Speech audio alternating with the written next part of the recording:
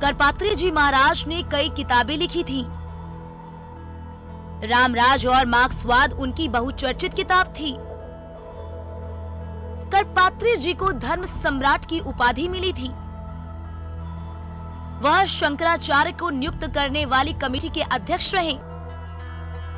बेहद प्रभावशाली वक्ता रहे। वह एक सन्यासी राजनेता रहे। उन्होंने राम राज्य परिषद नाम की एक राजनीतिक पार्टी भी बनाई थी। जिस रात मूर्तियों को स्थापित करने की योजना बनी, उस रात सरयू के किनारे 5 लोग एकत्रित हुए। गोरक्ष पीठ के महंत दिग्विजय नाथ देवरिया के संत बाबा राघव दास, बाबा अभिराम दास और रामचंद्र परमहंस दास। 60 फीट के बलिष्ठ साधु अभिराम दास की गिनती अयोध्या के लड़ाकू साधुओं में होती थी। दरभंगा के मैथिली ब्राह्मण अभिराम दास गरीब परिवार से आते थे। वो घंटों अखाड़े में कसरत करते थे। अभिराम दास नागा बैरागी या नहीं रामानंद संप्रदाय के 15 साल पुराने लड़ाकू थे। अभिराम दास के बारे में कहा जाता है कि उन्हें हनुमान जी की सिद्धि मिली थी। अभिराम दास राम जन्मभूमि के उद्धारक के नाम से प्रसिद्ध हो चुके थे। कहते हैं कि अभिराम दास को स्वप्न में रामलला आते थे और वे उनसे जन्मस्थान की मुक्ति दिलाने को कहते थे। यही वजह थी कि अभिराम दास लगातार भगवान राम के मंदिर को स्थापित करने का स्वप्न देखा करते थे और उसी रात स्वप्न को पूरा करने के लिए अभिराम दास ने कुछ वैरागी साधुओं को लेकर मूर्ति को राम जन्मभूमि स्थल में स्थापित कर दिया। बताते हैं कि इस काम में उनकी मदद वहां पुलिस सुरक्षा में तैनात कांस्टेबल शेर सिंह ने की। शेर सिंह अभिराम दास को पहचानते थे, इसलिए जैसे ही अभिराम दास अपने साथियों के साथ विवादित स्थल में पहुंचे, वैसे ही शेर सिंह ने वहां का ताला खोलकर साधुओं को गर्भगृह में प्रवेश करा दिया। मूर्ति के प्राकट्य की घटना का साक्षी एक मुस्लिम कांस्टेबल अब्दुल बरकत भी बना। उसका कबूलनामा बेहद ही विस्मयकारी था। बरकत ने अपने बयान में कहा कि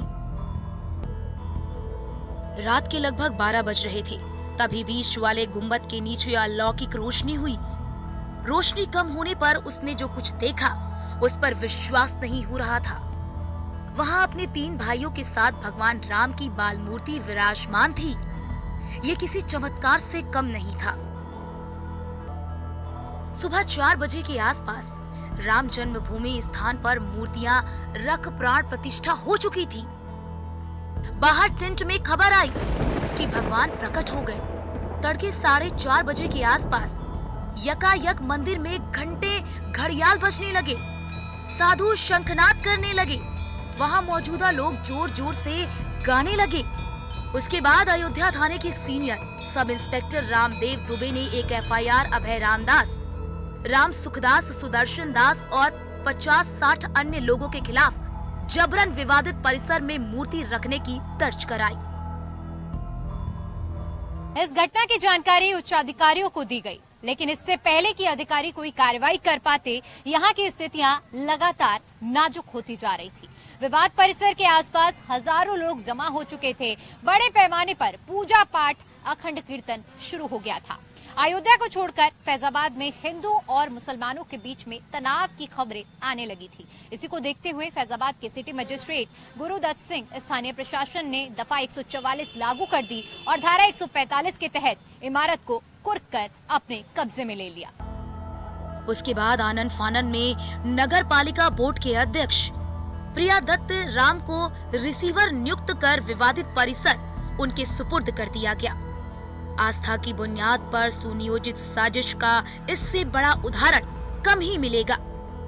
इस साजिश में केवल साधु संत और आम जनमानस ही नहीं, बल्कि प्रशासनिक अधिकारी भी शामिल थे और बाकायदा प्री प्लानिंग तरीके से हर एक योजना को अंजाम दिया गया था।